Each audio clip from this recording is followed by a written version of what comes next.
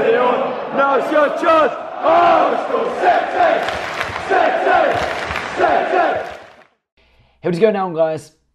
Hey, what is going down, guys? Jack Reeve, TalkNorwichCity here, back for another video. I hope you guys are all doing fantastically well. Now, the season has finished. We've got pre-season to look forward to. The World Cup, of course, is coming up as well. Let me know what content you guys want to see over the World Cup. I will be making videos, and I'm looking forward to it, actually. I'm a complete fair weather international football fan. I don't like the international friendlies. I don't watch them. But when the Euros comes around or when the World Cups come around, I am the first one in that pub watching the games. I'm really looking forward to it. Let me know what content you guys want to see. Now, a little bit of a different video today. There'll be Norwich City stuff coming over the next few weeks. Of course, the transfer window opens. It's going to be a massive summer. As you saw on the podcast, I've called it a decade-defining summer. I think if we make the right decisions this summer and bring in the right type of players, we could definitely be contending for the top 6 next season. We get it wrong, it'll be a very similar season to this year, if not worse. It's a massive summer, and you can follow it all here on TalkNorwichCity. Now, I do want to just say that the Premier League is coming to a close. I haven't really followed it that closely this season, I must admit. But FansBet have a £25,000 fantasy football league up and running. Links in the description. Click the link and go. It's completely free. It's usually £11 to enter. TalkNorwichCity fans get it for free. Now, the team I'm going for, David De Gea in goal, the second best goalkeeper in England behind Angus Gunn. Azpilicueta, Nacho Monreal and Marcos Alonso at the back. Chelsea, been a little bit better in recent weeks, haven't conceded too many goals. They go up against Newcastle. They've got little to play for. Chelsea still with an outside chance at the top 4. Big game for them two guys. They're going in there. A midfield 4 of Mo Salah, nearly as good as James Maddison, not quite though. Aaron Ramsey, they're against Huddersfield. By the way, that's a massive game for Huddersfield. Will Huddersfield stay in the league? Who knows? Of course, we all know how similar their regime is to ours. Milovajic, can't pronounce his name. I have watched him a few times this season, though, for Crystal Palace. They're against the already relegated West Brom, and Jeff Hendrick as well. Up top, the man that Norwich City made, Mr. Harry Kane, he's got to go in there solely because of the sheer amount of goals he scored at City. Bobby Firmino in the middle, and also Jamie Vardy. That's my team. If you think you can beat that and be in with a shout of winning, then go over to the FansBet Fantasy League. Links in the description. Even if you come 50th, there is money up for grabs. Have a look at the current prize distribution on that FansBet League. It is brilliant.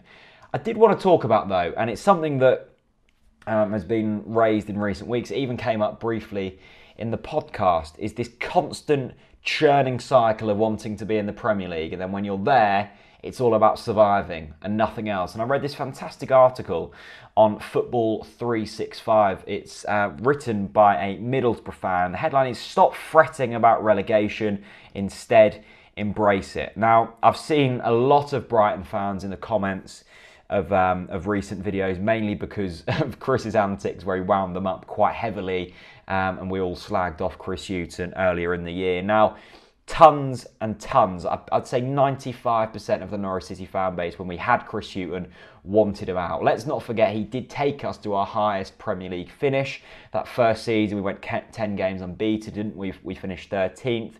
We beat Manchester City. We beat Manchester United. We beat Arsenal.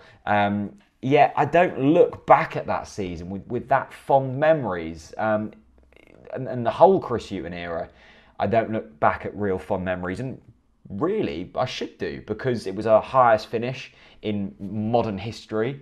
We beat some big teams. We went 10 games unbeaten. Yet the style of football we were playing was dire. And that's often the way that teams with a low budget has to do it, because they don't have the resource to go all-out attack. And when teams do that, it often ends in defeat and getting relegated back down the league. So if you're a Norwich City, if you're a Middlesbrough, if you're Aston Villa, we've even seen it with Stoke this season, if you haven't got the resource, or you have got the resource and you've wasted it in terms of trying to desperately get the players to stay in the Premier League, and there's really little to play for anymore, because you're constantly wanting to finish 12th, 13th, 14th, even 16th, 17th in the league just to stay up. And some of them away games and some of the home games were just terrible. I remember vividly going to the Emirates, going to Manchester City, going to Stamford Bridge, to Old Trafford. And yes, we've picked up the odd result there, but more often than not, you get pummeled. You don't even come close. You're chasing shadows for the majority of the game. How can you expect to battle against a team that's made up of 200, 300 million pounds worth of talent? Now, that gets fairly boring fairly quickly. And of course, when you're in the Championship like us, you want to be in the Premier League. Mainly because if you're doing well in the Championship, it probably means you're winning games. And that's obviously a really good thing. But I just think some people get really caught up in constantly wanting to be in the Premier League, constantly, wanting to be better. And sometimes that's brilliant to constantly want to be better, but sometimes you just have to embrace the journey in which it takes to get there. We all knew this season that it was going to take time. I thought myself that we would be doing better than we did this season, but I've actually strangely enjoyed this season. There's been some really good moments, but more so than that, I've really enjoyed the spectacle of watching how things have developed, watching what Stuart Webber does, watching what Daniel Farke does. Maybe it's just a real hipster view of looking at things, but I've enjoyed doing something different. I've enjoyed not going for a Neil Warnock or a Steve McLaren or someone, a tried and tested old-fashioned manager who would probably have taken us closer to the playoffs than what Daniel Farke has done this season.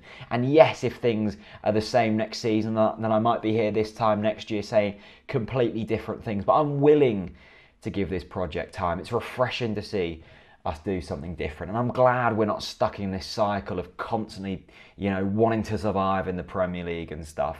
Yes, we will hopefully get there once again. And yes, I'm sure we'll be relegated. But I just think, and I'm not saying this to kind of, say some kind of incredible speech, but I just think a lot of people would enjoy their trips to Carrow Road a lot more and their away trips a lot more if they just enjoyed the process, enjoyed the spectacle, enjoyed a day out with their mates rather than constantly wanting the results because it's football.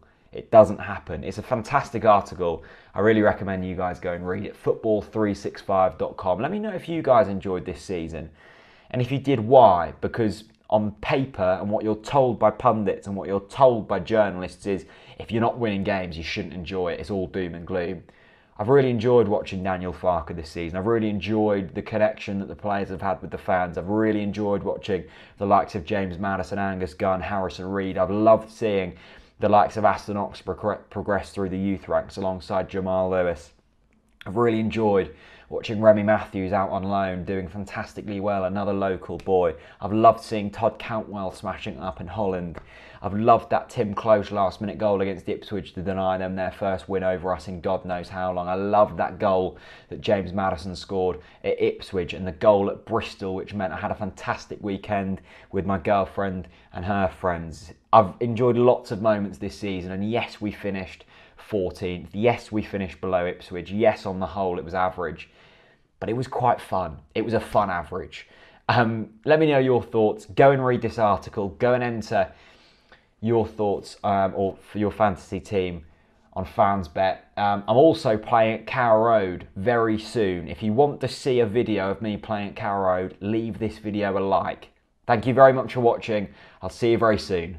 Bye-bye.